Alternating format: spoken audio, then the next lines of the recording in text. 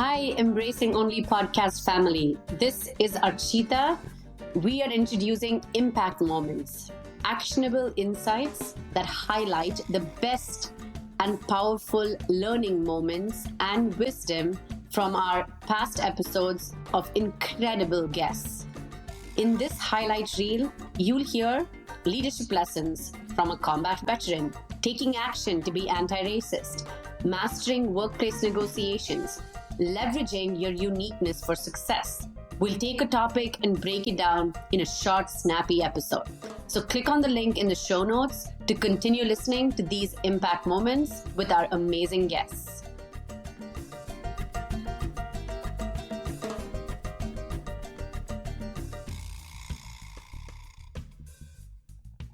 You also said that if you never fail, you never learn how to get back. So let's talk about that for a second. When you had these failures and dropping out of school, for anyone that's high performing, that must have been like, oh my God, what is happening? My life is ending. Everything is burning down around me.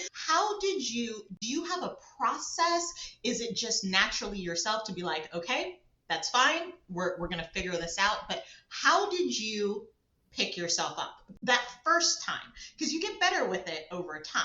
But that first time, talk to me a little bit about how you managed to recover from that first one that must have really stung. It did sting, and it stung not just because I was upset with myself, but it also stung because the people around me were disappointed. My parents were disappointed. The people that I had gone to school with had all these questions and were saying all these different things like, why did she leave? Was it because she got knocked up? Or was it because something else happened that we don't know about? The gossip mill, people will talk. And what I had to do was disconnect from others and really focus on myself. And I was fortunate in that I went away to school. And so when I came home, the people from school were not in my immediate environment. We did not have cell phones back then, so people weren't calling me or able to reach me very easily. And so I was able to sit with pen and pad and start to think about and write out what I really wanted to do with myself and come up with what wasn't plan B, because it never crossed my mind that I would lose a full ride. That wasn't even an option. And so what it built in me, this sitting down with myself, starting to write out what I could now do with what I had left, was an ability to strategize in a way that I use today. And I can find my way out of a box or any situation because it's an internal process that I use. And so a lot of times people will say, if whatever you're really good at, you most probably can't explain it to other people because it just comes really naturally to you. But the highlights that I can give you for your audience is just to get clear and calm and alone. Start to write fluidly about what it is that you can achieve from where you are now. What do you have now? Regardless of the failure, we're not dwelling on the failure anymore. We take our time, we cry, we flip out, we do our thing, right? And then afterwards you sit down, you write, what can I do with what I have now? What resources do I have? Is community college the best option for me? And community college was the best option for me at that point because it was something that I could afford. And it was a way for me to get back on the saddle and start taking classes and figure out what I really wanted to. And there were other things that I did, but it was all based on, okay, that is gone. We're not going to cry about it. What can I do now? I love that because I think there's simplicity in that. And I'm sure you've listened to the other episodes as we've had Phenomenal Woman on doing pretty extraordinary things. And I say this all the time, so I feel a little bit like a broken record, but the pattern in the success is always clear and it's always repeatable. What do you want? Control the controllables, create a plan, and then execute to the plan. And I know it sounds so easy when you've gone through something and you've overcome it, but someone that's probably in the midst of some kind of catastrophe, maybe still in the crying phase right now. I think it's so important for you to hear this over and over because it plays itself out differently for people. But at the end of the day, that's what everybody who's successful is doing. We're sitting in a dark room by ourselves going, okay, that did not go. Now what do I do? And you mentioned something else, the rumor mill, people are going to talk, right? And I think Archita and I have really labeled that noise. I'm doing air quotes for everybody that can't see me. That's the noise, right? Like when something has happened and you've fallen off your path, no one can help you but you. Not your spouse, not your kids, not your parents, not your friends, because no one else knows what you want but you, right? So that alone part is so important to get all that magic, the answers out of your head and out of your soul and onto paper so you can start to plan. Absolutely. You're absolutely right. And one of the things that I also did in that alone time was, so fast forward, I got married. Fast forward, I had a daughter with my husband, and then we divorced. And I had to come back home. And the coming back home was another failure because I wasn't supposed to come back home. I definitely wasn't supposed to come back home being a single mom and living upstairs in my parents' house that I had worked so hard to get away from. And so I come back there and I start this practice of meditation in the mornings and continuing with that quiet time, continuing with writing things out that I want to do. And one day it comes to me, I want to make natural bath and body products. Most ridiculous thing in the world at that point in time.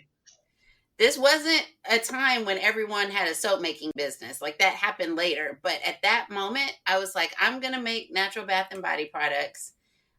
Your body is a sacred temple is the impetus. Like that's what I'm going to be sharing with people is that their body is a sacred temple. I now know this because this husband and this situation and all these things have made me really focus on myself again.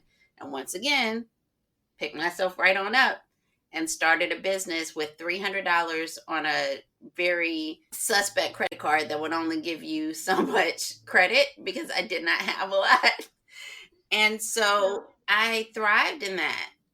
But again, starting with what I had and building from there. So wherever you are today, you can start. You sure can. And I would ask you this because I hear from a lot of moms, whether single or married, because sometimes you're married, but you're still single.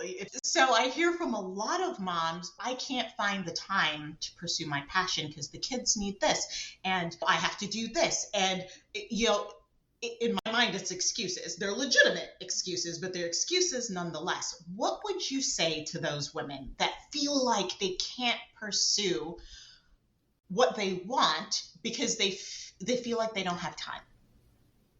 It's just not true. It just is not true. And what's happened is they've prioritized something above what they really want, above their happiness, above the life that they're going to create for their children and that their children are going to be able to see, with them being happy and fulfilled and doing what it is that they want in their lives. Sometimes and I had it big time. One of the reasons why I work for the federal government now is because of my parents working for the federal government. We base our life now on what we've seen be successful from past generations, people around us, and their expectations. And we haven't taken the time to look at those things and analyze them and determine if they're a good fit for us. And if you really think about it, a lot of the stuff we do, we learned from others. Somebody told us that you had to cut up the chicken nuggets in these different ways so the child won't choke. I don't know if that's actually true. There are certain things that we've learned and we've taken with us. And one of the things that I did with my daughter in my natural bath and body product business was I helped her to create her own line. So she was there making products with me. And she was there when I was selling products to people because she was telling them about her line of products. And it instilled an entrepreneurial spirit in her that she uses in different ways now. But her being my kid did not mean that she would experience a lesser version of me just because I was her mom. It meant that she was going to be along for this ride of a mom who was doing lots of cool things and learned that she could do those cool things too. I love that. And you're so right. We have to, as adults, we almost have to unlearn what we were taught as children, if it doesn't align with your life's purpose. Now, if it aligns and you're happy and you're good, awesome, keep doing that, keep doing your thing. But if it doesn't and you're struggling to find yourself, I think back to full circle, back to the quiet time and the meditation. I will tell you, meditation has saved my life in more ways than one. But sometimes that quiet time, I think, is the time to really unpack for yourself everything that has happened in your life and how it's shaped you, and keep the good stuff, ditch the bad stuff. You have to evolve if you're not happy with where you are.